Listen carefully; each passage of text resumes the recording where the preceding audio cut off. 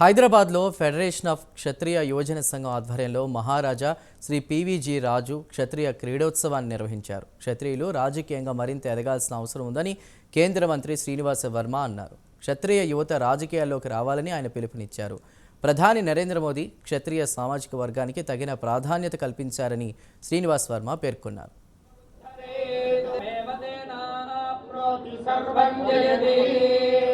आयुर्ताग्ने अविशोजुषानो घृतप्रदीपो घृतयो निरेधि घृतं वेत्त्वा मधुजारुगव्यं विदेव पुत्रमभिरक्षता दिमा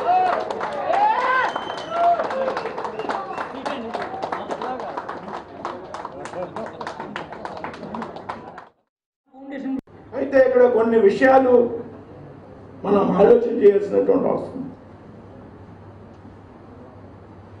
చాలా మంది వేళ ఆర్థికంగా స్థిరపడ్డారు క్షత్రియులు. భగవంతుడు ఆశీస్సుల కారణంగా, కష్టపడి పనిచేసినటువంటి మనస్తత్వం కారణంగా, తెలివితేటల కారణంగా